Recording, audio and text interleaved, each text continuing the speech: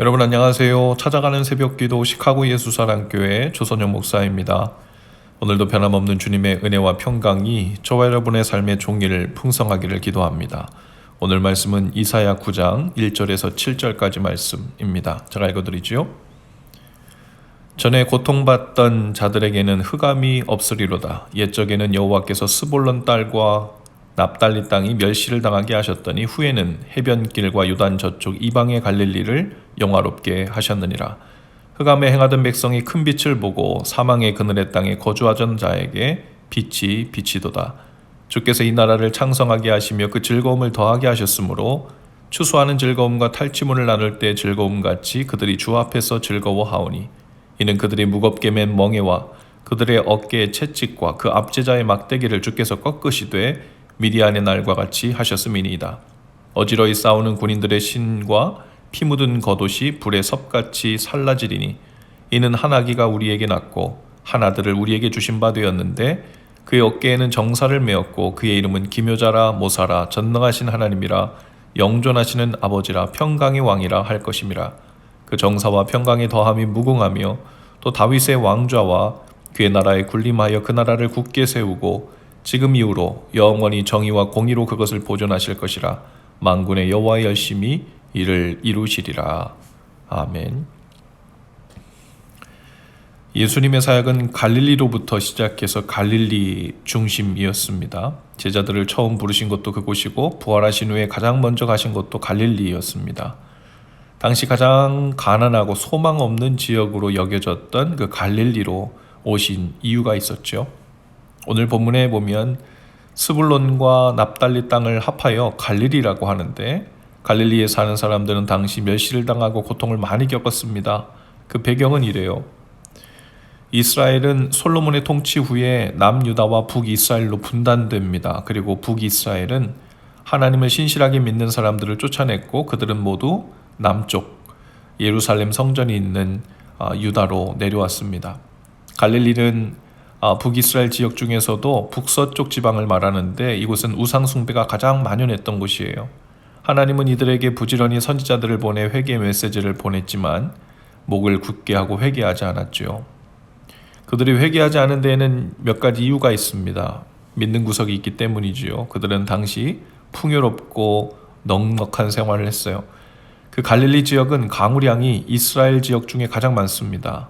또 갈릴리에 큰 호수가 있어서 물고기도 많이 잡히고 농사도 잘 된 곳이에요. 그들은 하나님이 아닌 우상 숭배로 점점 더 빠져들어갔지요. 특히 갈릴리 그 위쪽에는 단 지파가 있었는데 이 단 지파의 우상 숭배가 가장 심각했습니다.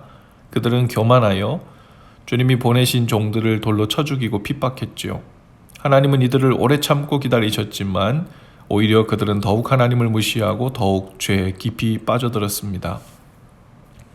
그러자 하나님은 이방의 아시리아를 일으켜 이들을 멸하셨습니다. 아시리아는 이곳을 정복한 후에 사람들을 자기들 땅에 포로로 끌고 갔죠. 그리고 아시리아 사람들을 그곳에 강제 이주시켜 살게도 했어요. 자연스럽게 그 갈릴리 지역은 이방인과 이스라엘 사람들이 결혼을 하고 혼혈족이 되었죠. 그들은 더욱 심각하게 이방신을 섬겼습니다. 그래서 이스라엘 사람들은 이곳을 가리켜 이방의 갈릴리어라고 불렀죠. 선민의식이 강한 이스라엘 사람들이 이곳 사람들 모두를 이방인 취급했습니다. 그 이후에도 이 지역은 약 750년에 걸쳐서 바벨론, 페르시아, 그리스, 로마 같은 강대국의 통치를 받게 되었죠. 그 압제와 또 멍해와 멸시와 고통을 당하는 지역의 대표성을 띠게 된 겁니다. 그런데 그들이 점점 하나님의 이러한 사랑과 주권을 신뢰하면서 그 큰 고통 중에 하나님의 훈련을 받으며 겸손해지기 시작했죠. 회개를 모르던 자들이 점점 더 자신의 죄악을 깊이 깨닫고 회개하기 시작했습니다. 그리고 메시아를 간절히 구하고 구원을 갈망하는 자들로 바뀌어갔죠. 그리고 그 지역은 아주 가난하고 또 고통 중에 있던 사람들로 가득해졌습니다. 2절의 표현처럼 이 갈릴리는 사망의 그늘진 땅과 같았습니다. 압제자들로부터 무겁게 맨 멍에가 있었고 자신들을 괴롭히는 채찍이 있었고 압제자들의 막대기가 힘에 겨운 지역이었습니다. 피 묻은 병사들의 군합발이 가득한 곳이었죠. 하지만 이제 이 이방의 갈릴리가 영화롭게 될 것이라고 하십니다. 흑암에 행하던 백성이 큰 빛을 볼 것이고 그 빛이 그 지역에 비추어 큰 즐거움으로 나오게 될 것이라고 하시죠. 그리고 이 모든 압제와 고통에서 해방되고 큰 구원의 빛을 보는 일은 오직 한 가지로부터 시작되는데 바로 한 아기가 태어날 것이다 라는 이사야의 예언입니다. 6절 말씀에 보면 이는 한 아기가 우리에게 낳고 한 아들을 우리에게 주신 바 되었는데 그의 어깨에는 정사를 메었고 그의 이름은 기묘자라 모사라 전능하신 하나님이라 영존하신 아버지라 평강의 왕이라 할 것임이라. 하나님은 장래 이곳에 임할 소망의 메시지를 주십니다. 이 사망의 그늘진 땅에 한 아기, 즉 예수 그리스도 메시아가 오시면 흑암이 빛으로 멸시가 영화로움으로 반전될 것입니다.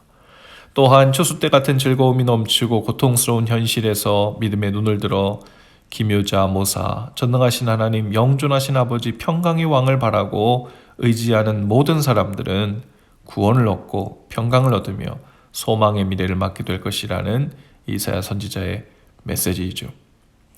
그리고 그날은 예수 그리스도의 탄생으로 실현되었습니다.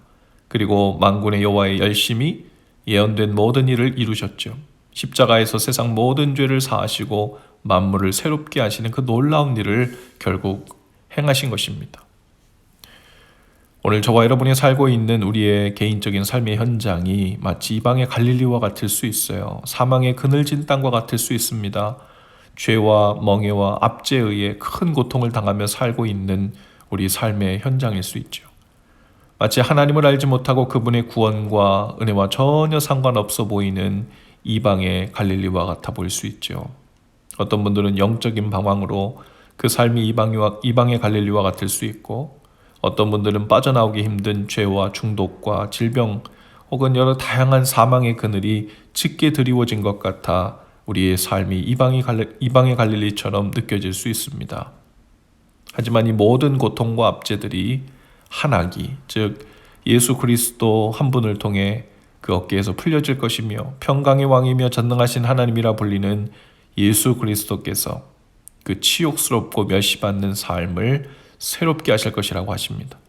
우리가 그분의 구원을 간절히 소망하고 구할 때 그 구원의 빛이 우리의 삶에 비치고 그 놀라운 은혜의 빛은 점점 더 밝게 드러나 우리를 어둠에서 사망의 그늘에서 건져내 주실 것입니다. 그리고 그 일은 오늘도 우리의 삶에서 이루어지고 있으며 하나님의 열심은 그 일을 온전히 그리고 더욱 강력하게 이루실 것입니다.